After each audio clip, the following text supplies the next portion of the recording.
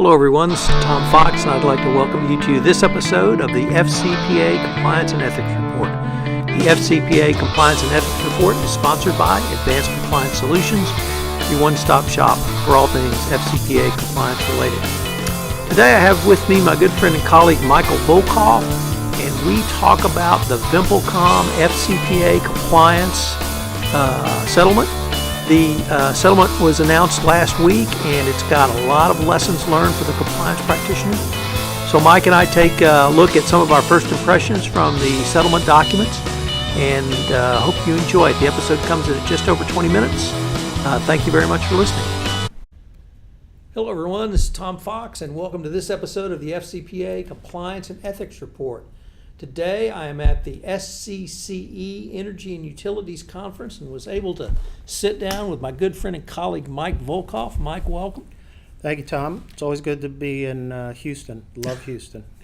The big news, of course, in the FCPA world is the VimpelCom FCPA resolution from last week. A ton and a half of stuff to talk about, but wanted to sit down with Mike. We both have written about this and we've both been thinking about it. It's a lot of settlement and resolution documents to digest, but Mike, I wanted to see if maybe we could talk about some of our initial impressions.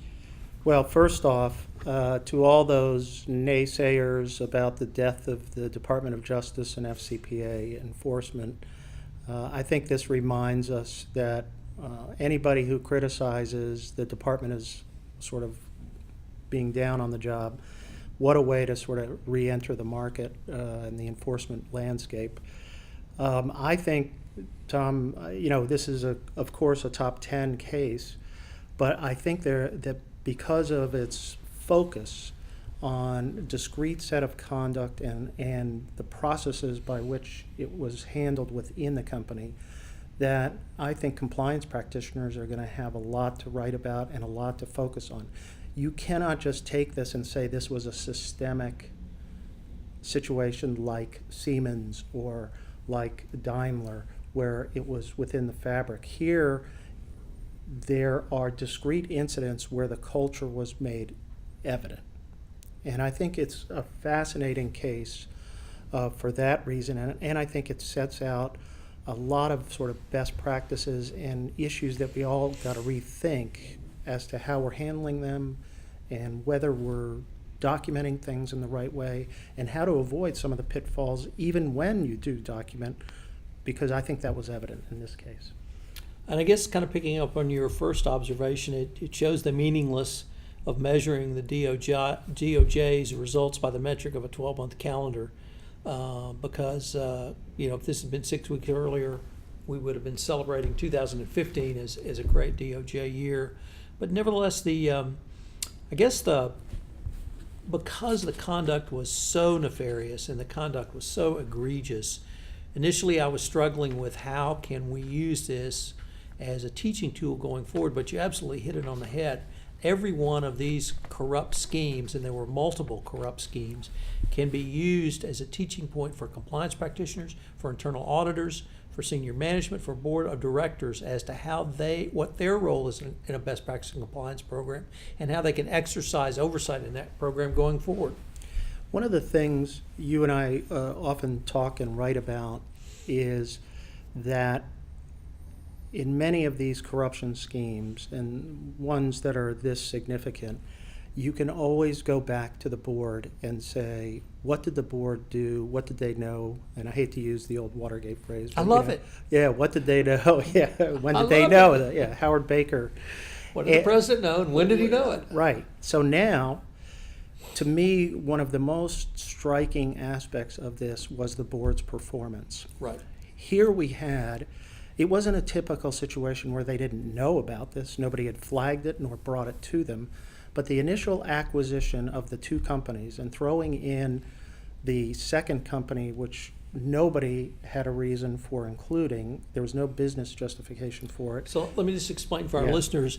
VimpelCom bought two companies in Uzbekistan to enter into the market. The first one was Unitel, which I think was a $200 million purchase. And then there was another company, which is acronym Butzel. Butzel was bought for, I think, $60 million, but it was much significant. It only had 2,500 customers at the time, and it was pretty clear you're about to explain why Butzel was part of the deal. So. And Butzel was owned through a shell company. There was a significant indirect interest through a shell company in which we had our foreign official, which was the daughter of the Uzbeki president, right, and who's very notorious in terms of corruption. And so there were questions raised as to the knowledge, who is the shell company, who are the beneficial owners, can we go forward with this transaction, does it raise FCPA issues? Those were raised first off at the finance committee level and then brought to the full board of directors. And what was absolutely incredible to me is that the push was, we've got to get this deal done. What do we have to do to make it sell, on its face, to make it plausible for us to go forward? So they hired an outside counsel and the board sort of took the position as described in the facts. If we have an opinion of counsel that says this is okay, we'll go forward with it. Meanwhile, the board, the senior executives who were at sort of the heart of the misconduct, failed to give outside counsel all of the information that was necessary, which to me is not really a legitimate explanation. It may be why the board of directors was not prosecuted or alleged to be engaged in criminal activity, but they weren't given all of the information. Nonetheless, an opinion of counsel from an international law firm, which we don't know which one it was, comes back and says the deal is okay, but what was clear at the discussion is that they did not know the beneficial owners, right, of Butzel or Butzel. So the question then is, how could anybody move forward? I mean, this is due diligence 101. How can you move forward on a transaction where you don't know who the beneficial owners were? You're worried it's a government official who's going to benefit. And particularly because there were terms under the agreement, I think, where there was a guaranteed buyback provision after a certain... Oh, we're going to get to that. Yeah. So, but in any event, the board goes forward with that, and then when the problem breaks, they throw up their hands and they say, we had an opinion of counsel letter. That's why we went forward with it. But on its, and it may not be criminal, it may not be the requisite intent for criminal, but it certainly did not meet fiduciary duty obligations. Right. And so to me, the first question is, who owns this company? I'm not going to go forward with it. If I were a board member, I'd say I will not vote for this, and as a matter of fact, I'm very much opposed until we know the identity. And apparently there was some communication in which they were told it was sensitive. And to me, that means sure, there's even more reason to know. Right.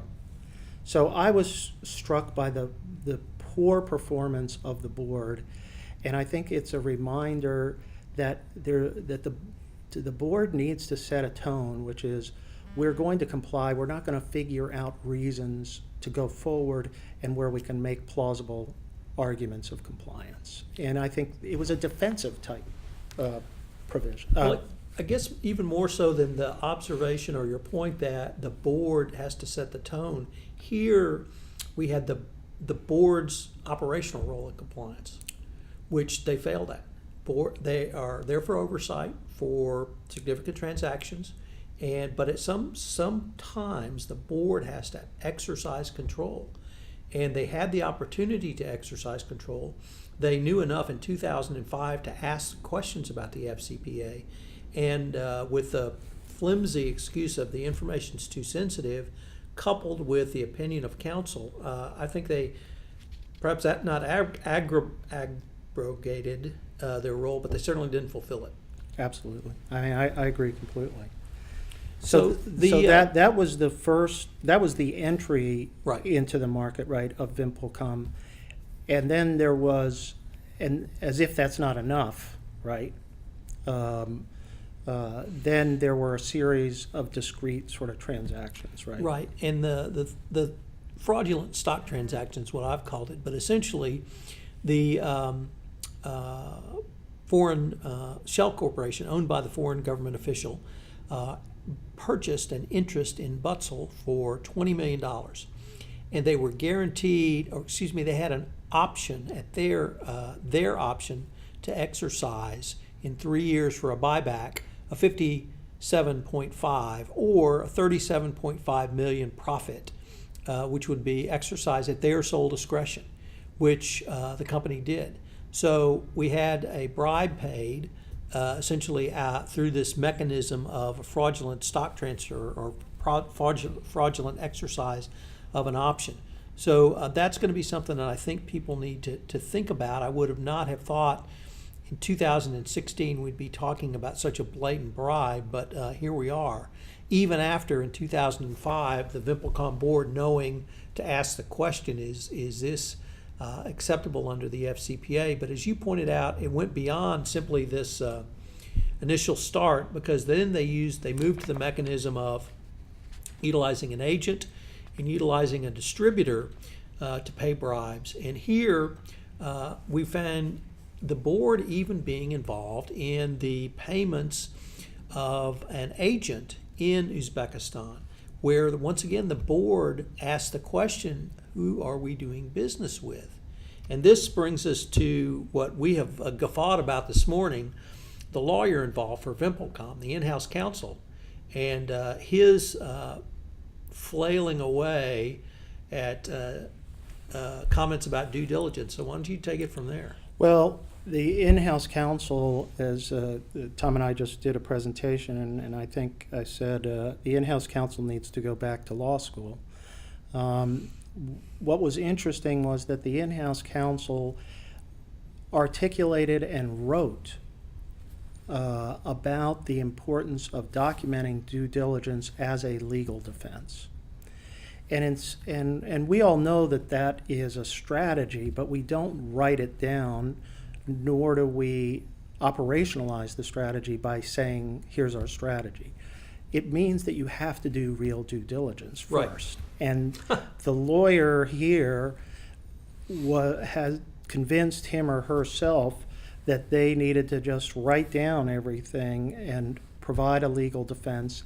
But on its face, what's very clear from a due diligence practice here that everybody should, I think one of the important takeaways is you always have to know your beneficial owners of any entity you're dealing with. When you don't have them, you have to be concerned about what's your justification for moving forward. The reason there's an investigation that's very well known in this area, which is Cobalt, and the reason that they got in trouble was they couldn't find out the beneficial owners of a 37% interest, but nonetheless they relied upon various certifications that they obtained. But nonetheless, when it came out that the president of Sonangol had a 10% interest in this company, and it was a private equity fund actually, that they had to run in there and they almost got prosecuted by the SEC. So here what we're saying is all of these transactions involved money that ultimately went to this shell company, which in turn was owned and had indirect interests that were controlled by this foreign official, being the daughter of the president. So the lawyer here completely failed to carry out his or her obligation.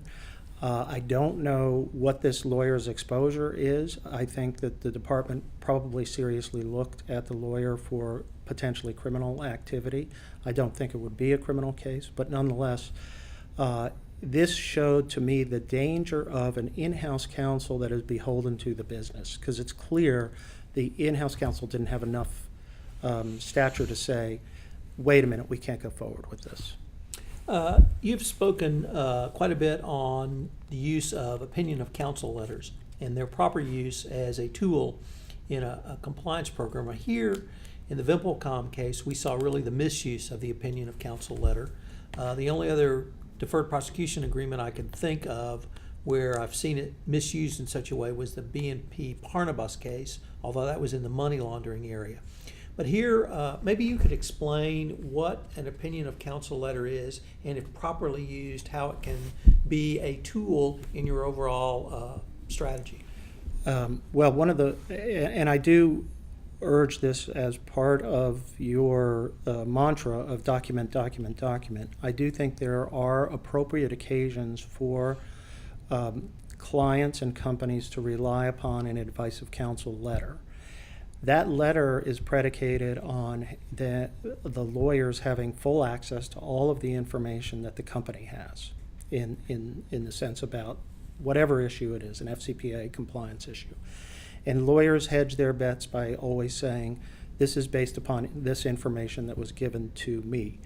The value of this is document shows good faith attempts by a company to comply and not break the law. It's contrary to a criminal's behavior to document what you do and the reasons, and a good faith reason for why you do it. Then when you include an opinion of counsel letter on top, the company can say, we came to that conclusion, and then we relied upon our outside experts. And the outside experts gave us this opinion, and we applied it, and they may be conditions that they require of that, and we fulfilled those conditions, and we relied on it. To me, it's another great demonstration of good faith. I don't urge clients to use it all the time, but only in those cases where it's a close issue, and it gives them a level of comfort.